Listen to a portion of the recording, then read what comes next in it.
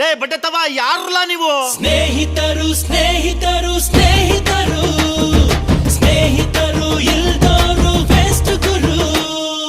ಕಡ್ಡಿ ಆಯ್ತಾ ಸಾರ್, ಬೀಡಿ ಆಯ್ತಾ ಸಾರ್, ಚಡ್ಡಿ ಹೊಸ್ತಾ ಸಾರ್, ಮಳೆ ಆಯ್ತಾ ಸಾರ್, ಬೆಳೆ ಬಂತ ಸಾರ್, ಆನೆ ತಿಂತ ಸಾರ್.